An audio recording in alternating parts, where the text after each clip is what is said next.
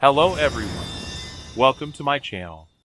In this video, I am going to explain everything you need to know about the stop sign, including government rules that apply to it.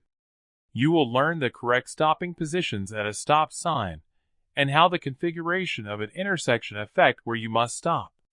Regarding the stop sign, I will also discuss what the examiners look for during a road test. I will also highlight common stop sign violations, along with the demerit points and penalties associated with failing to obey a stop sign.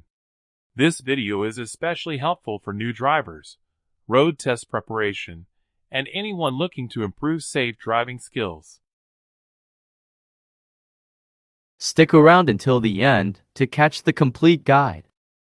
The stop sign is a standard regulatory traffic sign, and you will come across it frequently while driving.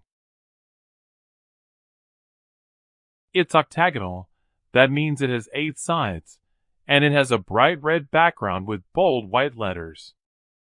Its shape and color are designed so drivers can recognize it instantly. So as a driver, what exactly are you required to do when you approach a stop sign? Very simple. You must come to a complete stop. Not a rolling stop, a full, complete stop.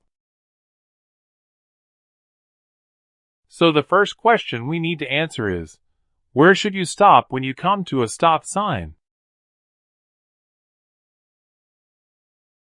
Stopping at a stop sign depends on the design of the intersection and the pavement markings on the ground. Each one can have a different stopping position. So in terms of intersection design and pavement markings, there are 4 different positions where a vehicle must stop when approaching a stop sign controlled intersection. Position number 1. Stop line. If a stop line is marked on the road at an intersection with a stop sign, the first approaching vehicle must stop just before this line. If you stop over the stop line, or stop too far behind the stop line during your road test, the examiner will mark you negatively, and you will lose points. After stopping, if you are unable to see the cross traffic, creep forward and scan the intersection. When the intersection is cleared, proceed forward. Position number 2. Crosswalk. If there is no stop line, then stop just before the crosswalk, if painted on the ground.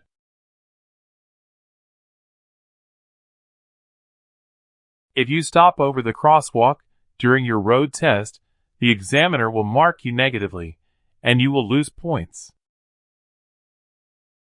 After stopping, if you are unable to see the cross traffic, creep forward and scan the intersection.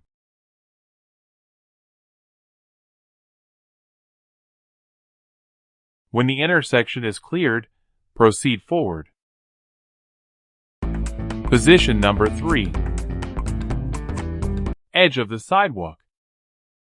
And if a stop sign controlled intersection is without a stop line and a crosswalk, then stop just before the edge of the sidewalk. But if your vehicle is partially or fully covers the sidewalk during your road test, the examiner will mark you negatively, and you will lose points. After stopping, if your view is not clear, roll forward and stop again at the edge of the intersection. Scan the intersection quickly, and if your way is clear, proceed forward. Position number 4. Edge of the intersection.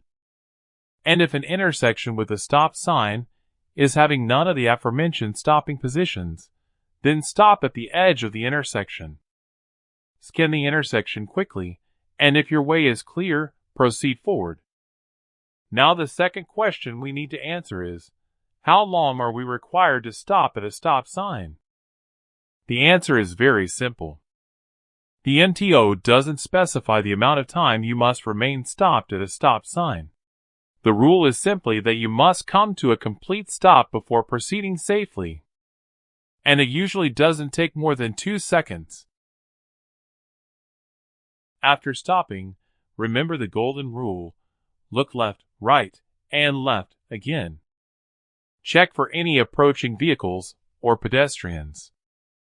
Only proceed when you're sure the entire intersection is clear. Safety first.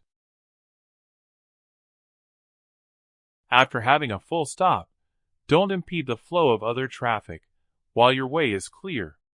Instantly move and clear the intersection. Be cautious during your road test. After taking a full stop, if you fail to clear the intersection within 5 to 8 seconds while your way is cleared, the examiner will disqualify you for not taking self right-of-way and impeding the flow of traffic. And that's everything you need to know about the stop sign. Simple, important, and essential for staying safe on the road. But wait! Here's something important to remember. If you're convicted of not stopping at a stop sign or a traffic control stop, 3 demerit points will be added to your driving record. These points stay on your record for 2 years from the date of the offense. Accumulating too many demerit points can result in losing your driver's license. A single stop sign violation can quietly lift your auto insurance premiums higher than you expect. Also, failing to obey a stop sign during your driving test will lead to an immediate disqualification, causing you to fail the test. If you found this video helpful and interesting, don't forget to like, comment, and subscribe for more driving tips. Thanks for watching.